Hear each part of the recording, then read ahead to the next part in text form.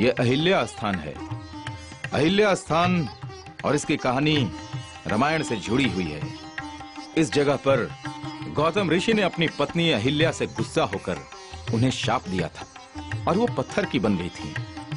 कई वर्षों तक वह पत्थर के रूप में ही पड़ी रही, लेकिन जब भगवान राम यहां से गुजरे और उनके पैर पत्थर से लगे तो वापस जीवित हो उठी। यहां उनका भगवान राम के द्वारा उद्धार हुआ। इस पवित्र स्थान को मैं अपने कैमरे में कैद कर लेता हूं। ये मैं मां को दिखाऊंगा कि देखो मां, मैं कितना भाग्यशाली हूं। मंदिर से सटा हुआ एक तालाब है जिसे अहिल्या कुंड कहा जाता है। इस मंदिर की एक खास बात मैंने देखी कि यहाँ प्रसाद में बैगन चढ़ाया जाता है।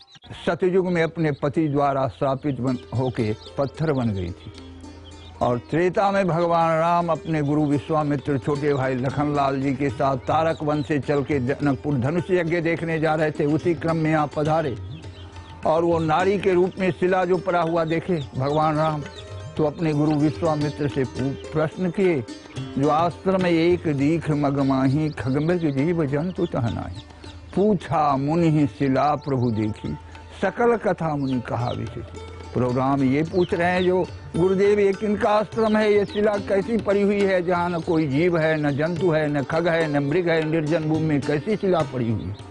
तो विश्वामित्र जी उनके प्रश्न का जवाब देते हैं, जो गौतम नारी श्राप वश उपल देह धर दी, चरण कमल रज चाहती कृपा करो। हे श्री रघुनाथ, ये महर्षि गौतम का आश्रम है। उन्हीं की पत्नी अहिल्या अपने पति द्वारा श्रापित होकर पत्थर बनी हुई पड़ी और बहुत दिनों से तुम्हारी राह देख रही है, जो प्रभु राम कब आएंगे और मेरा इस योनि से उद्धार करेंगे। तो तू अपनी चरण की धूली उस शिला से स्पर्श करा के उनका उद्धार कर। भगवान राम जैसे ही अपनी चरण की धूली उस शिला से स्पर्श कराए हैं, माँ अहिल्या पुनः पत्थर से नारी बन के उनकी प्रार्थना करने लगी। वही स्थल है।